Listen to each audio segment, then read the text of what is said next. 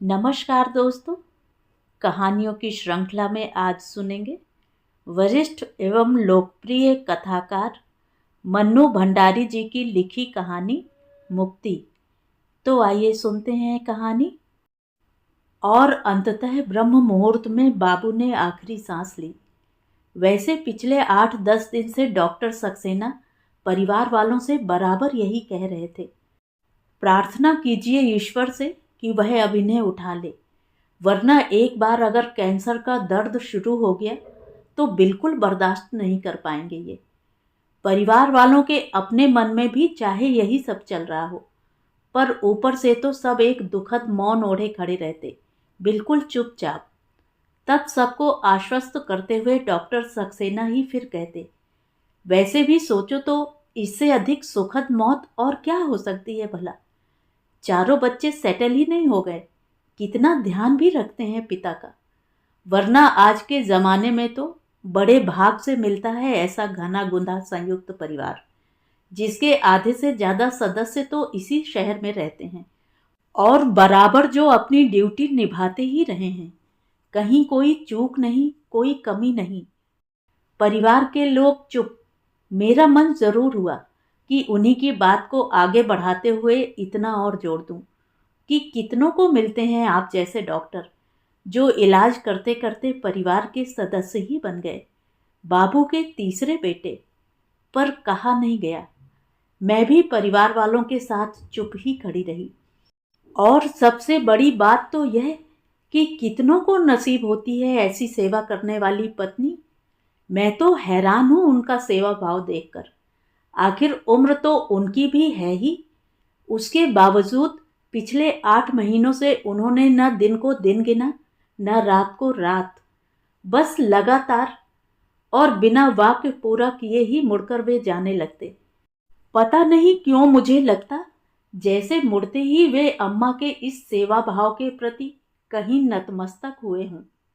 और मैं सोचती कि चलो, कम से कम एक आदमी तो है जिसके मन में अम्मा की इस दिन रात की सेवा के प्रति सम्मान है, वरना परिवार वालों ने इस ओर ध्यान देना ही छोड़ दिया है। बस जैसे वे करती हैं तो करती हैं। किसी ने इसे उनके फर्ज के खाते में डाल दिया, तो किसी ने उनके स्वभाव के खाते में, तो किसी ने उनकी दिनचर्या के खाते में। सबके ध्यान के केंद्र में रहे तो केवल बीमार बाबू। स्वाभाविक भी था, बीमारी भी तो क्या थी, एक तरह से मौत का पैगाम। हाँ, मुझे जरूर यह चिंता सताती रहती थी कि बिना समय पर खाए, बिना पूरी नींद सोए, बिना थोड़ा सा आराम किए जिस तरह अम्मा रात दिन लगी रहती हैं, तो कहीं वे ना बीमार पड़ जाएं, वरना कौन देखभाल कर सकेगा बाबू की इस तरह। बाबू दिन दिन भर एक खास तेल से छाती पर मालिश करवाते थे, तो रात रात भर पैर दबवाते थे। मैं सोचती कि बाबू को क्या एक बार भी ख्याल नहीं आता कि अम्मा भी तो थक जाती होंगी, रात में उन्हें भी तो नींद की जरूरत होती होगी, या दिन में समय पर खाने की। पर नहीं, बाबू को इस सब का शायद कभी ख्याल भी नहीं आता था। उनके लिए तो अपनी बीमारी और अपनी तीमारदारी ही सबसे महत्वपूर्ण थी, और इस हालत में अम्मा से सेवा करवाना वे अपना अधिकार समझते थे, तो इसी तरह सेवा करना अम्मा का फर्ज। कई बार अम्मा को थोड़ी सी राहत देने के इरादे से मैं कहती कि बाबू लाइए, मैं कर देती हूँ मालिश, 4 बज रहे हैं, अम्मा खाना खाने चली जाएं। तो बाबू मेरा हाथ झटक कर कहते, रहने दे, नहीं करवानी मुझे मालिश। और इस उत्तर के साथ ही उनके ललाट पर पड़ी सलवटों को देखकर न फिर अम्मा के हाथ रुकते, न पैर उठते। उसके बाद तो मैंने भी यह कहना छोड़ ही दिया। 3 महीने पहले बाबू को जब नर्सिंग होम में शिफ्ट किया, तो जरूर मैंने थोड़ी राहत की सांस ली। सोचा अब तो उनकी देखभाल का थोड़ा बोझ नर्स भी उठाया करेगी, अम्मा को थोड़ी राहत तो मिलेगी। पर नहीं, नर्स से तो बाबू केवल दवाई खाते या बीपी चेक करवाते। बाकी की सारी सेवा चाकरी तो अम्मा के ही जिम्मे रही। अम्मा रात दिन बाबू के साथ नर्सिंग होम में ही रहती, और मालिश और पैर दबाने का काम भी पहले की तरह ही चलता रहता। हाँ, डॉक्टर सक्सेना की विशेष सिफारिश पर रात में कभी कोई ज़रूरत पड़ जाए तो अम्मा के साथ रहने के लिए परिवार का कोई ना कोई सदस्य आता रहता है। कल रात 9 बजे के करीब हम लोग खाना खाकर उठे ही थे कि फ़ोन की घंटी बजी। मैंने फ़ोन उठाया तो उधर बड़े चाचा थे। छोटी, भैया की पहले आवाज़ गई और फिर थोड़ी देर बाद वे बेहोश हो गए। डॉक्टर सक्सेना को बुलाया। उन्होंने आकर अच्छी तरह देखा और फिर कमरे से बाहर आकर इतना ही कहा, बस समझिए कि कुछ घंटे की ही बात और है। आप फ़ोन करके बच्चों को बुला लीजिए। फिर उन्होंने नर्स को कुछ आदेश दिए और चले गए। सो देख, तू फ़ोन करके शिवम को कह दे कि सवेरे की पहली फ्लाइट पकड़कर आ जाए। लखनऊ फ़ोन करके बड़ी को भी कह दे कि वह भी जल्दी से जल्दी पहुंचे। अमेरिका से नमन का आना तो मुश्किल है, पर सूचना तो उसे भी दे ही दे। और सुन, फ़ोन करके तू नर्सिंग होम आ जा। मैं बाहर निकलूंगा, सारी व्यवस्था भी तो करनी होगी। सुना तो मैं ज्यों का त्यों सिर थाम कर बैठ गई। बिना बताए ही रवि जैसे सब कुछ समझ गए। स्नेह से मेरे कंधे पर हाथ रखकर पूछा, नर्सिंग होम चलना है? मैंने धीरे से गर्दन हिलाकर अपनी स्वीकृति दी तो रवि ने पूछा, क्या कहा चाचा जी ने? क्या? बाबू बेहोश हो गए हैं और डॉक्टर साहब ने अच्छी तरह देखने के बाद कहा कि बस कुछ ही घंटों की बात और है। परिवार वालों को खबर कर दो। यानी कि बाबू अब? और मेरी आवाज रुंध गई। रवि ने मेरी पीठ सहलाई। तुम तो हिम्मत रखो, वरना अम्मा को कौन संभालेगा? अम्मा की बात सोचकर एक बार तो मैं और विचलित हो गई। क्या गुजरेगी उन पर फिर अपने को संभाल कर उठी और सबसे पहले बंबई बड़े भैया को फोन किया। सारी बात सुनकर वे बोले, थैंक गॉड, बिना तकलीफ शुरू हुए ही शांति से जाने की नौबत आ गई। ठीक है, मैं सवेरे की पहली फ्लाइट लेकर आता हूँ। पर देख, सुषमा तो आ नहीं पाएगी। दोनों बच्चों के बोर्ड के इम्तहान जो हैं, मैं अकेला ही पहुँचता हूँ। वैसे भी सब लोग करेंगे भी क्या? दीदी को फ़ोन किया तो उन्होंने भी इतना ही कहा, जल्दी से जल्दी आने की कोशिश करती हूँ। इसके आगे पीछे ना कुछ कहा ना पूछा। बाबू तो खैर जा ही रहे हैं, अम्मा के बारे में ही कुछ पूछ लेते, पर नहीं, लगा जैसे रस्म अदायगी के लिए आना है सो आ रहे हैं। हैरान सी मैं गाड़ी में बैठी तो रवि से कहे बिना न रहा गया।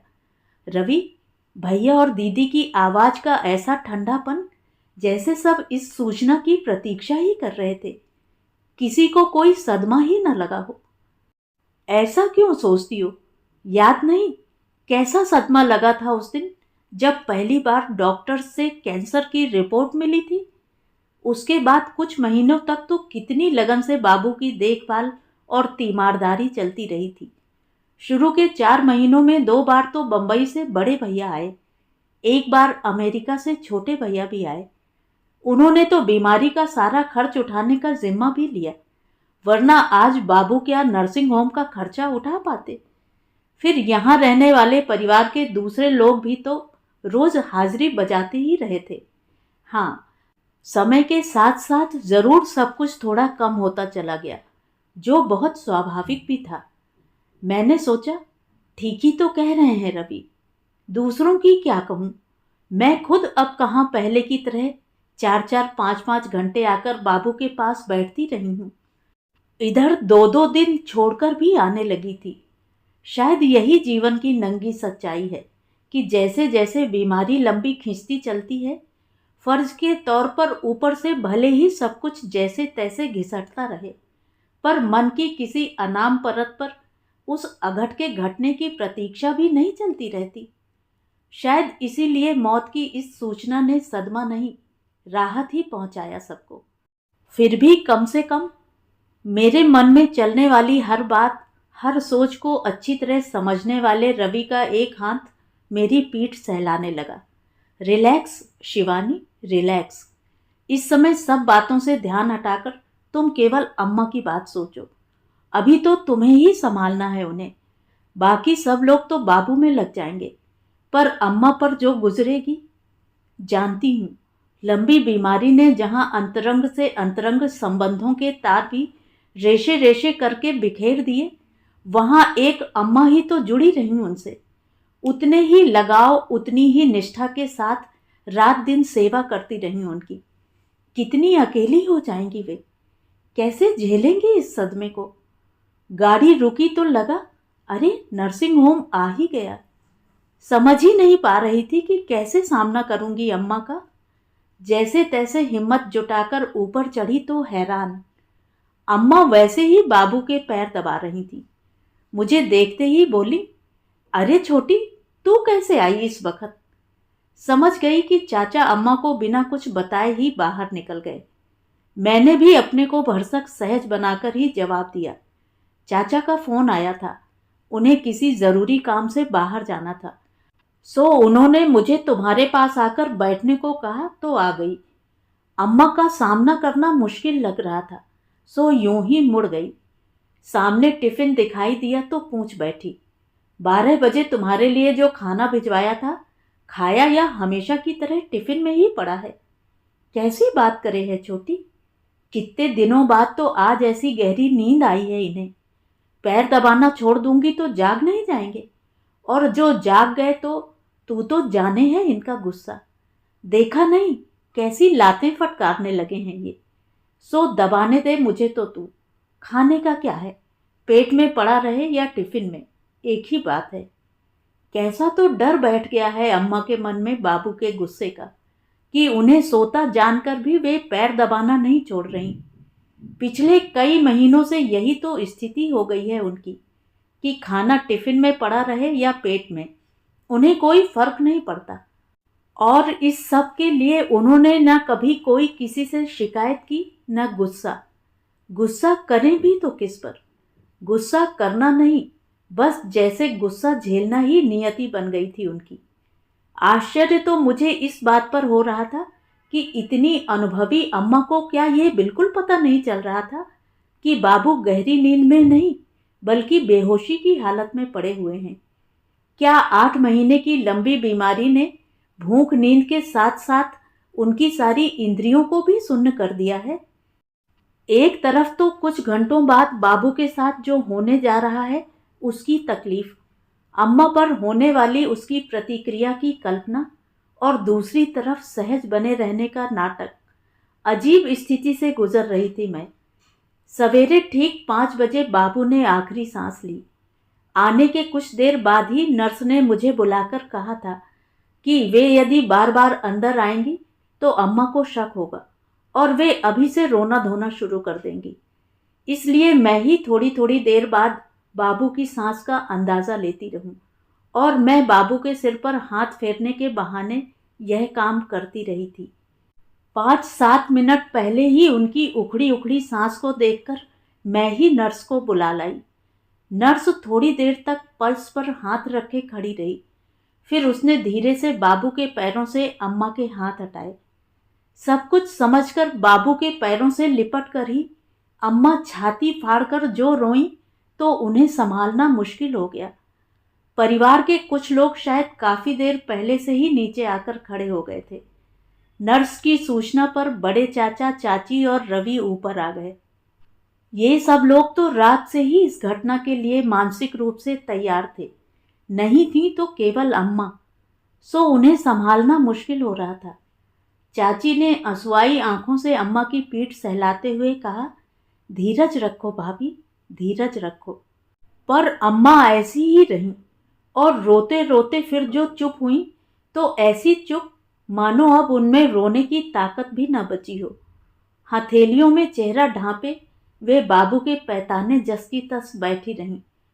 थोड़ी देर बाद नर्स के इशारे पर चाची, रवि और मैंने उन्हें उठाया तो उठना तो दूर, उनसे हिला तक न गया।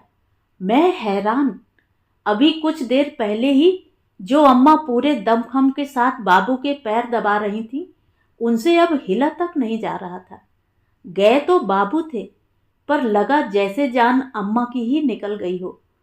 घर लाकर उन्हें बाबू के कमरे में ही बिठा दिया। वे जमीन पर दीवार के सहारे पीठ टिकाकर बैठ गईं, बिल्कुल बेजान सी। बाकी सब लोग बाहर चले गए। बस मैं उनके साथ बैठी रही, यह तय करके कि अब मैं यहाँ से हिलूंगी तक नहीं। बाहर इस अवसर पर होने वाली गतिविधियां अपने ढंग से चलती रहीं। बड़े भैया 10 बजे की फ्लाइट से आए और एयरपोर्ट से ही सीधे नर्सिंग होम चले गए। दोनों चाचियां घर की व्यवस्था करने में लगी रहीं। 11:30 बजे के करीब दोनों चाचा, भैया और रवि बाबू के शव के साथ घर आए, जहां परिवार के लोग पहले से ही इकट्ठा हो गए थे। शव देखकर एक बार जरूर सब फूट पड़े।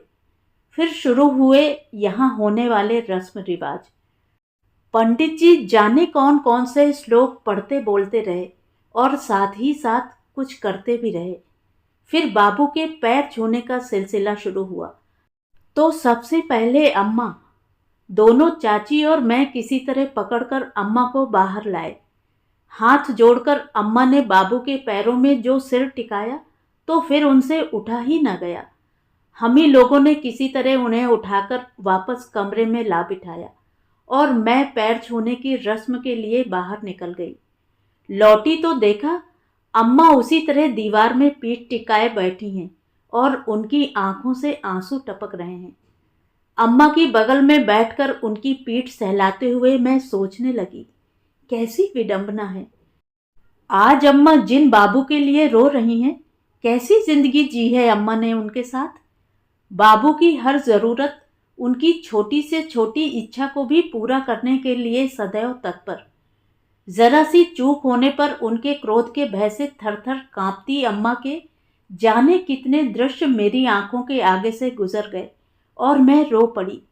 पर इस समय यह रोना बाबू के लिए नहीं, अम्मा के लिए था।